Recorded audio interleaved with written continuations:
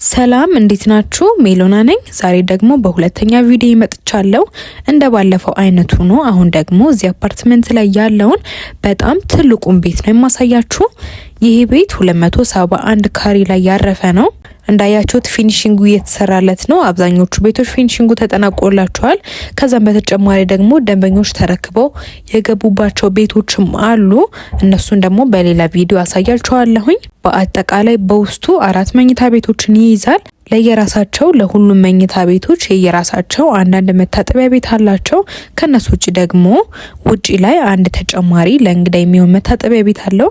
ከዚህ በተጨማሪ ላውንደሪ ሩምን፣ ስቶርን፣ ኦፕን ኪችንና ክሎዝድ ኪችንን ያካትታል ማለት ነው። እንግዲህ ቤት እንዳልኳችሁ 271 ካሬ ላይ ያረፈ ነው። ክፍሎቹ በጣም ሰፋፊ ናቸው። ሳሎኑ በጣም ሰፋፊ ነው።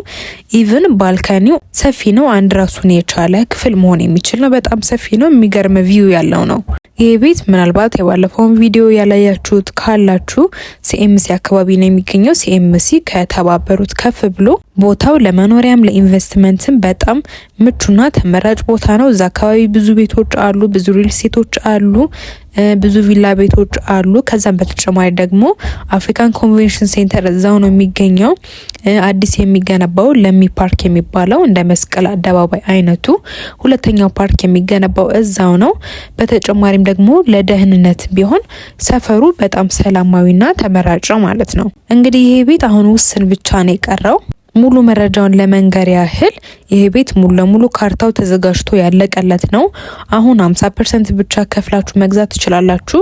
በ2 ወር ውስጥ ተረከቡታላችሁ። ለኤንጂኦ ሰራተኞችና ለዲያስፖራዎች ደግሞ ራሱ ድርጅቱ 50% የባንክ አማራጭን ያመቻቻል።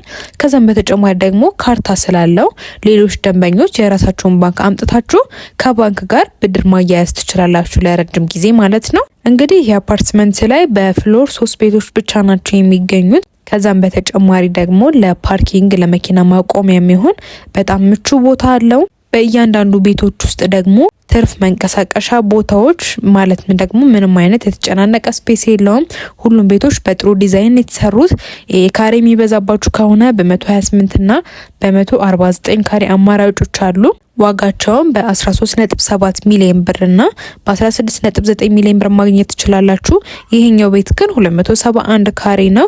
ሙሉ ለሙሉ በፉል ፊኒሽ የምትረከቡት በ29 ሚሊዮን ብር ብቻ ማግኘት ትችላላችሁ ማለት ነው። ይህን ቤት ማየት መግዛት የምትፈልጉ ሰዎች ስክሪኑ ላይ ባለው ስልክ ይደውሉልን። ለእንደዚህ አይነት ቪዲዮዎች ይህን የዩቲዩብ ቻናል ሰብስክራይብ ማድረግ እንዳይረሳ። እናመሰግናለን። መልካም ቀን።